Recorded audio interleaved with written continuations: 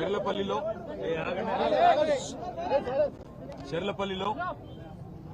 ఈరోజు సెంట్రల్ జైల్లో ఉన్న మా నాయకుడు, మా సోదరుడు, కొడంగల్ మాజీ శాసనసభ్యుడు,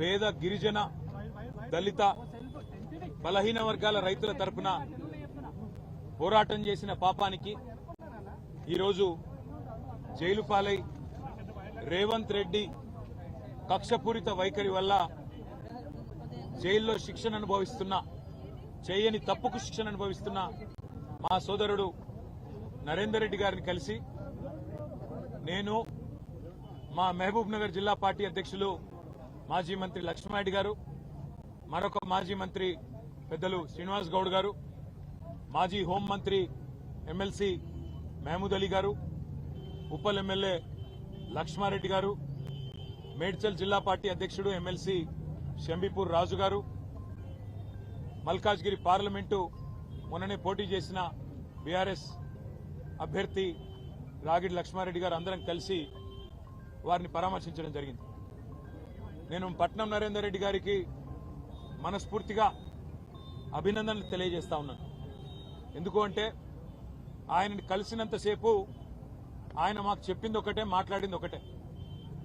అన్న, నా గురించి వదిలేయండి, నేను బాగానే ఉన్నాను, నేను బాగానే ఉంటాను, చెయ్యని తప్పుకు ఇవాళ 30 మంది అమాయక పేద రైతులను జైల్లో పెట్టినారు, వాళ్లను విడిపించండి, వాళ్ల కోసం పోరాటం చేయండి, మా కొడంగల్ రైతుల పక్షాన నిలబడండి, మా కొడంగల్ గిరిజనుల కోసం కొట్లాడండి, మా కొడంగల్లోని దళిత బలహీన వర్గాల రైతుల భూములు గుంజుకుంటున్నారు, అక్కరలేని ఫార్మా విలేజ్ను రుద్దుతున్నారు అని చెప్పి ఆయన బాధపడతా ఉన్నాడు.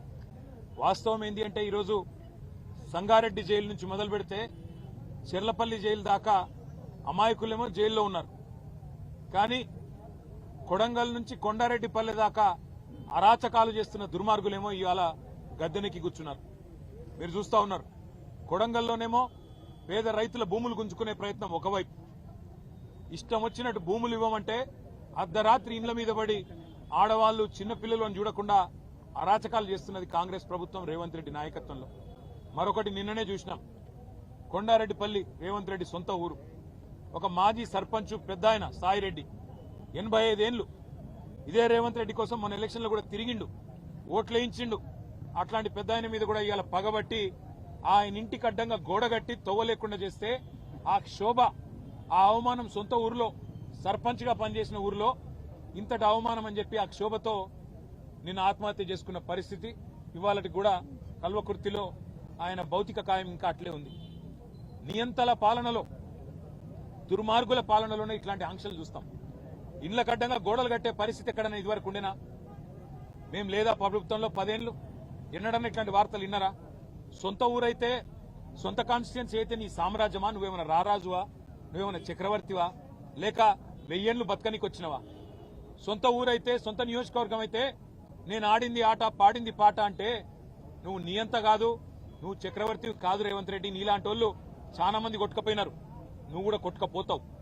ఒకటి మాత్రం పక్కా, ఇవాళ కొడంగల్ నుంచి కొండారెడ్డిపల్లె దాకా కాంగ్రెస్ ప్రభుత్వం చేస్తున్న అరాచకాలు, శిశుపాలుడి తప్పులు ఎట్లయితే ప్రజలు ఆనాడు లెక్కబెట్టినారో ఇప్పుడు రేవంత్ రెడ్డి పాపాలు కూడా అట్లే లెక్కబెడతా ఉన్నారు.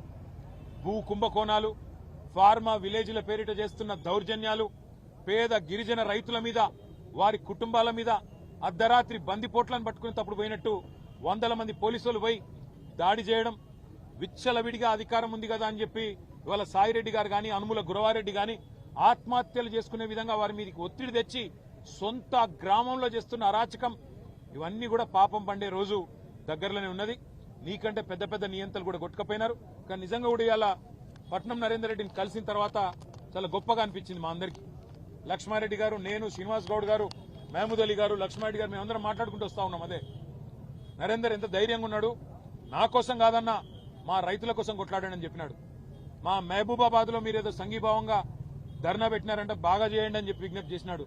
రాష్ట్రంలోని గిరిజనులందరికీ తెలిసేటట్టు మా గిరిజనుల పంచాయతీ, మా పేదవాళ్ల పంచాయతీ, రాష్ట్రంలో ఏ ఒక్కరికి అన్యాయం జరగకుండా చూడండి అని చెప్పి మాకు ధైర్యాన్ని ఇచ్చి, మాకు ఉత్సాహాన్ని ఇచ్చి, నాకేం కాదు మీరు ధైర్యంగా ఉండండి అని చెప్పి మాకు కొత్త ధైర్యం చెప్పినాడు.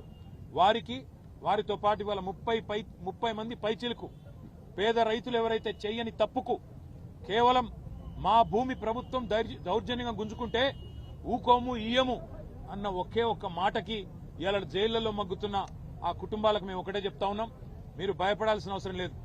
మీ వెనుక కేసీఆర్ ఉన్నాడు. తప్పకుండా న్యాయం ధర్మం గెలుస్తుంది. న్యాయస్థానంలో కొట్లాడదాం. మిమ్మల్ని రేవంత్ రెడ్డి 4 రోజులు జైల్లో పెడతాడేమో కానీ తప్పకుండా భవిష్యత్తులో మళ్లీ రేవంత్ రెడ్డికి రాజకీయ భవిష్యత్తు లేకుండా చేసే గుణపాఠం చెప్పవలసిన బాధ్యత మన మీద ఉన్నదనే మాట కూడా రాష్ట్రంలోని పేద గిరిజన బలహీన వర్గాల రైతాంగానికి విజ్ఞప్తి చేస్తూ మీ అందరికి కూడా పాత్రికేయ మిత్రులకు కూడా ధన్యవాదాలు. ఈ పేదల పోరాటాన్ని ప్రజలకు తెలియజేసే విధంగా చెబుతున్నందుకు, చూపెడుతున్నందుకు మీడియాకు కూడా మా అందరి తరఫున కూడా ధన్యవాదాలు తెలియజేస్తాను. థాంక్యూ.